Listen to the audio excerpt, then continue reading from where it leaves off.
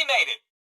Consolidated Coach Corp would like to remind you to stay calm in any emergency situations.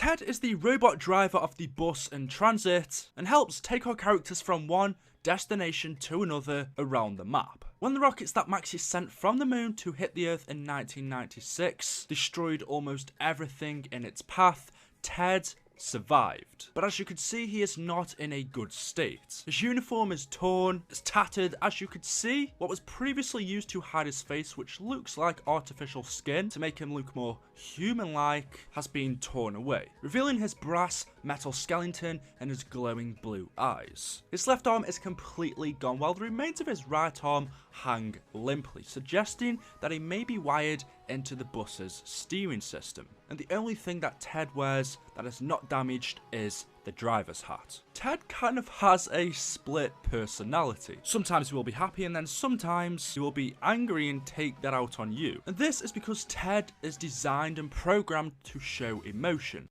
Welcome aboard Speedway Bus Lines! When Misty and Martin first climb aboard the transit bus, T.E.D will kindly greet them and happily take the transit crew from one destination to another. However, if the bus gets damaged by the zombies or attacked, or even if T.E.D gets attacked, well, he doesn't take kindly to this. He threatens and insults the players who attack him. But if you continuously ignore the bus driver's threats, he will attempt to either throw our transit crew out of the bus, lock the doors, or ignore the stops. And when the zombies climb on the bus, he will alert us of their presence in the area. If you attack T.E.D enough, his eyes will turn red, meaning he is angry normally. When he is happy, they are blue. If you throw an EMP grenade at him, he will turn off for a few minutes, meaning the bus will stop. However, we do know that we can jumpstart the bus by putting a turbine somewhere near it. Stay behind the yellow lines at all times, or you'll be sorry, asshole.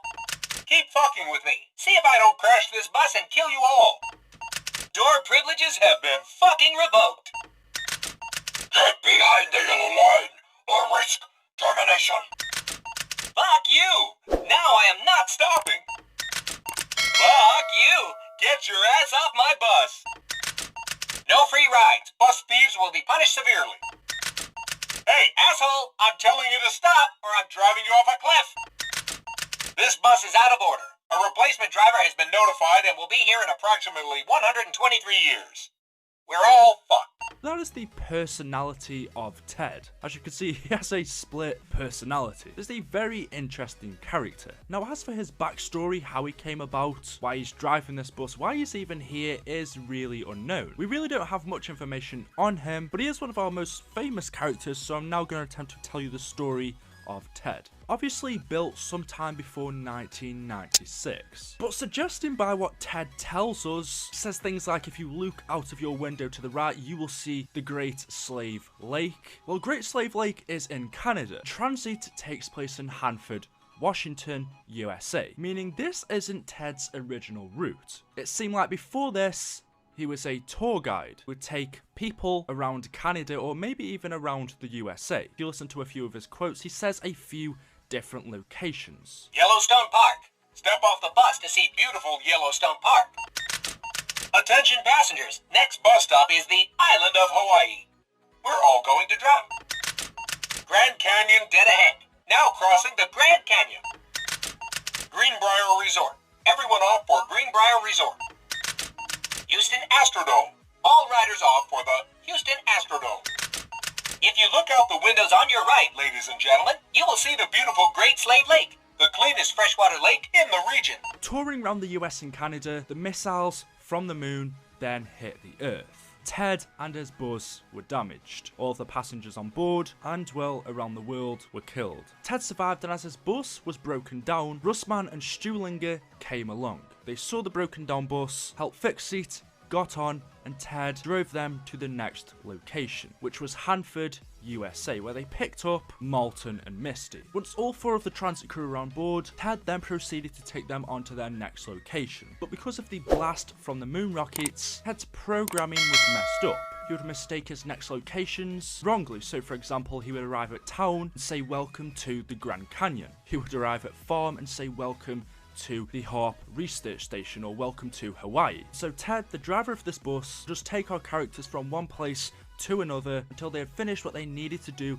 which was to activate the pylon. Once the pylon was activated, Ted was no longer needed, so the crew left him, went on to their next location, which was Die Rise. In the meantime, Ted being on his own, something terrible happened to him. Now, we don't exactly know what it was. We know he was missing for a long time. We didn't hear about him for ages. Then all of a sudden, recently, he's popped up again, but this time he is in zero base, broken. Ted has turned off. He is damaged. Something happened to Ted. He went from driving the bus to now being a piece of scrap in this zero base facility. We don't know if someone kidnapped him and has taken him to this base. If somehow he drove near this zero base facility, they captured him, because he is a talking robot. It's a bit weird. And then threw him in the scrap room. We also don't know if Ted's important. If he's here in this zero base facility, surrounded by one of the Origin staffs, the moon egg, the golden rod, these are all important items. Does this also mean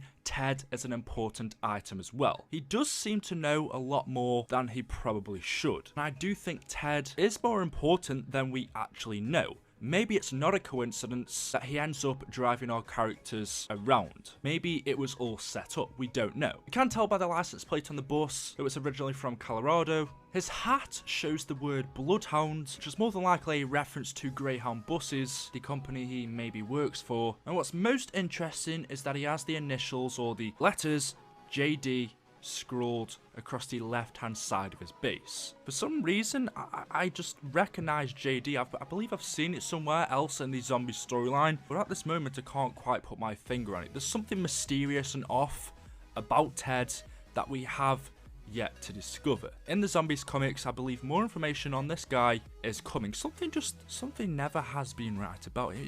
He's very suspicious. But there we go. That is the story of Ted. Hopefully you've enjoyed the video. If you haven't already left a like rating by now, then if you could please do that, I beg you guys. Takes 2 seconds. It'd mean an awful lot. If we could go for 500 likes on the video. If you haven't already seen my other episodes on the story of Samantha, the story of Misty, we now have the story of Ted, and don't worry, the more story of episodes will be coming soon. Thank you for watching. Let me know your thoughts of Ted in the comment section below. Make sure you subscribe, and I will see you all in the next one. Thank you and goodbye. Secluded wooded areas perfect for hiding corpses or quiet murders coming right up. Holy crap, the bridge is going down! Farewell.